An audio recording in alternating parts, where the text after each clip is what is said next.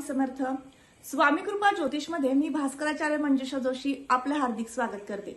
आज आपण जाणून घेणार आहोत कन्या राशीच्या जातकांना अर्थात तुम्हाला सप्टेंबर 2024 हा संपूर्ण महिना कसा राहणार आहे। या महिन्यात तुम्हाला कोणकोणत्या महत्त्वपूर्ण गोष्टी करायच्या आहेत।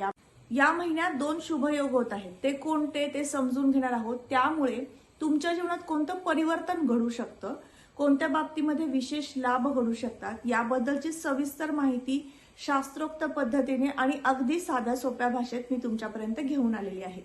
चला तर मग माहितीला सुरुवात करूयात। सुरुवातीलाच आपणा सर्वांना विनंतीपूर्वक सांगू इच्छिते की आजचा हा व्हिडिओ अतिशय खास राहील तुमच्यासाठी। नक्की तुम्ही तो सुरुवातीपासून शेवटपर्यंत श्रवण करा। व्हिडिओ जर आवडला तर व्हिडिओला लाईक आणि शेअर करायलाही अजिबात विसरू नका। तुमच्या जन्मलग्न कुंडलीप्रमाणे तुम्हाला काही समस्या आहेत त्या जाणून घ्यायच्या आहेत, त्यावर मार्गदर्शन हवं आहे, नक्की मला तुम्ही संपर्क करू शकता। माझा संपर्क क्रमांक मी स्क्रीनवरती शेअर केलेला आहे, तसेच डिस्क्रिप्शन मध्ये पण तो शेअर केलेला आहे। बुध आदित्य योग तुमच्यासाठी खास का ते समजून घेऊयात। लग्न स्थानाचे अधिपती बुधदेव आहेत आणि ते रवी बरोबर व्ययस्थानात गोचर करतील। त्यावेळेस तुम्हाला गव्हर्नमेंट खात्यामध्ये कुठलेही काम अडून राहिलं होतं आणि सरकारी कागदपत्रे घाळ झाली होती किंवा त्यावरती सह्या हव्या होत्या, फार विलंबाने त्या मिळत नव्हत्या, अशा अनेक समस्यांवरती तुम्हाला आता उत्तर मिळणार आहे। तुमची कामे पूर्ण होणार आहेत, अशा पद्धतीने शुभ ग्रहमान म्हणता येईल। याबरोबरच ज्यांना परदेशात जायचंय आणि विजाचं काम होत नव्हतं अशांसाठी सुद्धा हा सुवर्ण संधीचा काळ म्हणता येईल। या महिन्याभरामध्ये तुमचं काम नक्कीच मार्गी लागू शकतं। 4 सप्टेंबर नंतर तुमची कामे मार्गी लागू शकतात, अशा पद्धतीने उत्तम ग्रहस्थिती आहे। धनस्थानाची स्थिती पाहता धनेश शुक्रदेव ज्यांचं गोचर लग्नात होत आहे, 18 सप्टेंबर नंतर शुक्रदेव हे धनात्न गोचर करतील। मोठा इन्व्हेस्टमेंट करायच्या झाल्यास तुम्ही 18 सप्टेंबर नंतर करा। ज्यांना ट्रेडिंग मध्ये काम करायचं आहे, शेअर मार्केटमध्ये गुंतवणुकी करायच्या आहेत, नक्की तुम्ही 18 सप्टेंबर नंतर मोठी गुंतवणूक करू शकाल, अशा पद्धतीने उत्तम ग्रहस्थिती आहे। त्याचबरोबर आत्मविश्वासाच्या दृष्टीने सुद्धा हा महिना उत्तम म्हणता येईल। व्ययस्थानामध्ये गेलेले बुधदेव ज्यावेळेस बुधादित्य योग करतील त्यावेळेस तुम्हाला संमिश्र फळ देतील। म्हणजेच कुठलेही निर्णय घेताना तुम्हाला पहिल्यांदा दुमत होऊ शकतं, 2 मते तुमची निर्णय करू शकतात, परंतु त्यामधनं तुम्हाला एक सुयोग्य असा निर्णय घेण्याची जी क्षमता आहे ती रविदेवांच्या बळामुळे उत्तमरित्या तुम्हाला प्राप्त होईल। तृतीय स्थानाकडे वळूया। तृतीय स्थानावरून आपण पराक्रम, परिश्रम, कीर्ती, प्रसिद्धी पाहतो। या सर्व संदर्भात विचार केला तर तुम्हाला हा संपूर्ण महिना कीर्तीचा, प्रसिद्धीचा आहे, परंतु या महिन्यामध्ये छोट्याखानी प्रवासाचे योग वारंवार येऊ शकतात आणि त्या माध्यमातून तुम्हाला प्रवासाचा थोडासा ताण जाणवू शकतो, चिडचिड होऊ शकते, असे काहीसे ग्रहमान आहे। आणि शुक्रदेवांचा होणारा समसप्तक योग तुमच्यासाठी लाभदायक।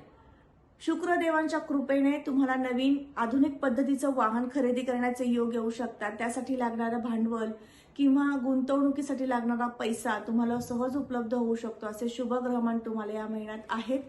मातृसौख्य अतिशय उत्तम प्रकारचं मिळणार आहे। 18 सप्टेंबर नंतर आईच्या समवेत एखादी आध्यात्मिक तीर्थयात्रा, सहल म्हणू शकतो आपण, किंवा आईच्या सानिध्यात राहण्याचे योग तुम्हाला 18 सप्टेंबर नंतर नक्कीच येऊ शकतात।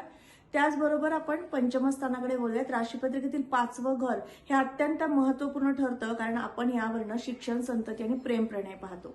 दाम्पत्य जीवन उपभोगणाऱ्या वर्गासाठी संततीचं सौख्य अतिशय उत्तम आहे।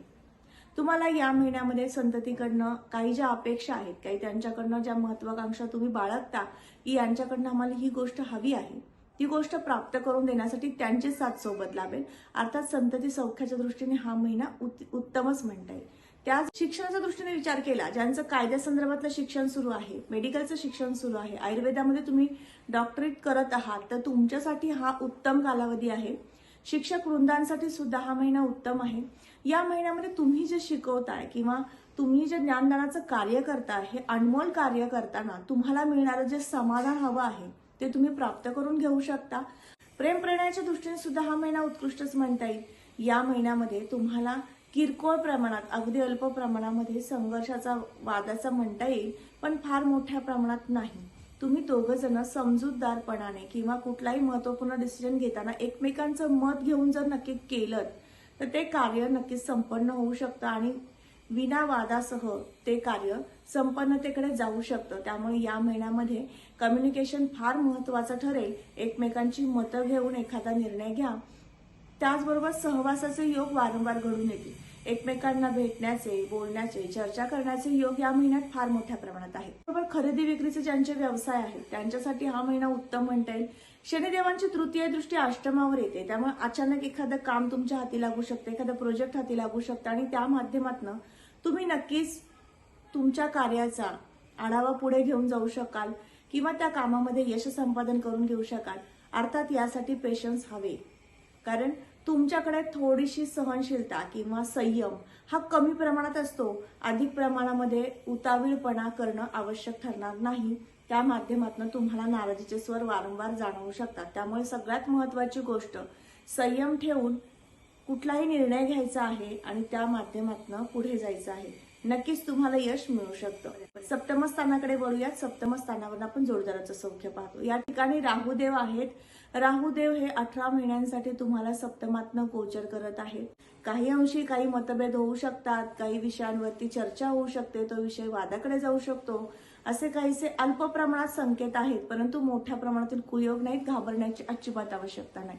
तुमच्या जोडीदाराचं आरोग्य या महिन्यात उत्तम राहू शकतं. त्यांना नवीन संधी प्राप्त सुद्धा होऊ शकते. असे शुभ ग्रहमान राहुदेवांच्या कृपेनेच प्राप्त होतील, कारण राहुदेव ज्या ठिकाणी असतात त्या ठिकाणी असे काहीसे चमत्कारिक शुभफळ सुद्धा देतात. छायाग्रह म्हणून मानले जातात, परंतु त्यांच्या माध्यमातून आपण बऱ्याच अंशी अशुभ फळच ऐकत असतो, परंतु ते शुभ फळ पण देतात.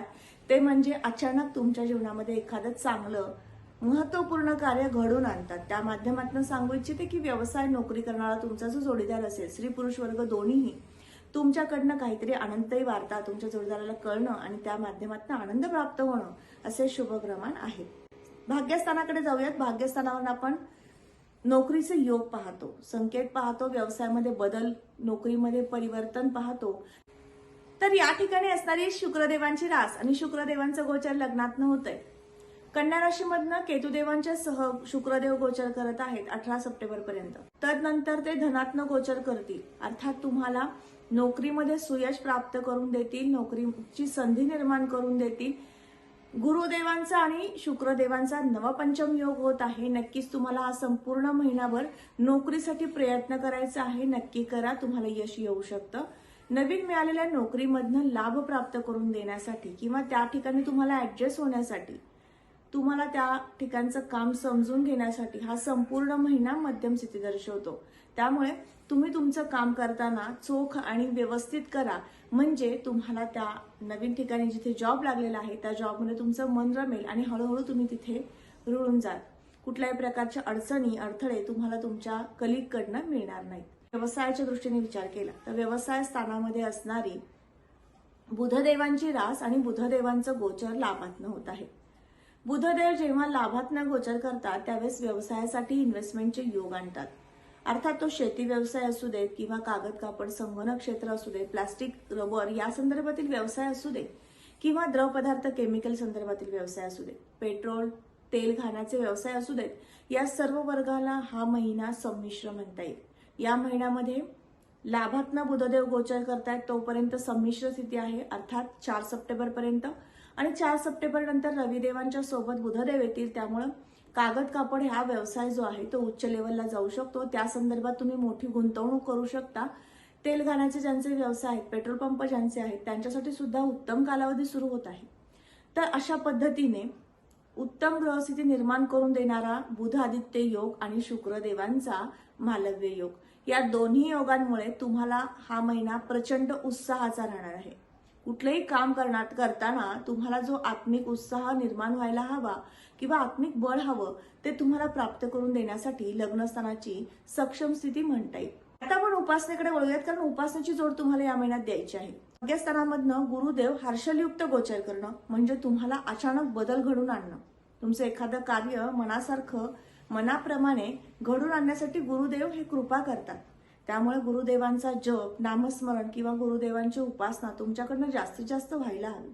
अर्थात तुमचे आध्यात्मिक गुरु असू देत किंवा आपल्या सर्वांचे श्रीपाद श्रीवल्लभ दत्त महाराज असू देत, यांची उपासना तुम्हाला या माध्यमातून करून घेणं आणि तुम्हाला हवं ते फळ प्राप्त करून घेणं, यासाठी हा संपूर्ण सप्टेंबर महिना म्हणता येईल. तर आज आपण संपूर्ण सप्टेंबर महिना कन्या राशीच्या जातकांना कसा राहणार आहे, कोणते शुभयोग होत आहेत, कुठल्या व्यावसायिक वर्गाला काळजी घ्यायची आहे, कुठल्या व्यावसायिक वर्गाला मोठी संधी आहे, अशा सर्व संदर्भातली माहिती घेतली. तर हा महत्त्वपूर्ण व्हिडिओ तुम्हाला कसा वाटला नक्की मला कमेंट करून सांगा. कमेंटमध्ये श्री स्वामी समर्थ लिहिण्यास अजिबात विसरू नका. तुम्ही आपल्या चॅनलवर नवीन असाल तर नक्की चॅनलला सबस्क्राईब करा, बेल आयकॉनला क्लिक करा. याचबरोबर यावरती अनेक महत्त्वपूर्ण व्हिडिओज मी अपलोड केलेले आहेत. राशीफळ आहे, सण उत्सवांची माहिती पण येत आहे. तर या सगळ्या माहितीचा आढावा घ्या, माहिती जाणून घ्या. त्या माध्यमातून तुम्हाला किंवा तुमच्या कुटुंबातील इतर सदस्यांच्या राशी ज्या आहेत त्यांचं राशीफळ जाणून घ्या. तर असेच महत्त्वपूर्ण व्हिडिओ घेऊन मी पुन्हा येणार आहे. तोपर्यंत तुमच्या दैनंदिन जीवनशैली व्यतीत करताना काही अडचणी आहेत, समस्या ज्यावरती मार्गदर्शन हवं आहे, कुठला क्रिस्टल वापरायचा यावरती सुद्धा मी विशेष व्हिडिओज केलेले आहेत, ते सुद्धा पहा. माध्यमातून तो क्रिस्टल तुम्हाला किती योग्य आहे हे जाणून घ्यायचं असेल नक्की मला संपर्क करा. माझा संपर्क क्रमांक मी या व्हिडिओच्या डिस्क्रिप्शन बॉक्समध्ये तसंच स्क्रीनवर सुद्धा शेअर करत आहे. पुन्हा भेटूयात अशाच माहितीसह. तोपर्यंत आपली रजा घेते. श्री स्वामी समर्थ. जय जय स्वामी समर्थ. रामकृष्ण हरी.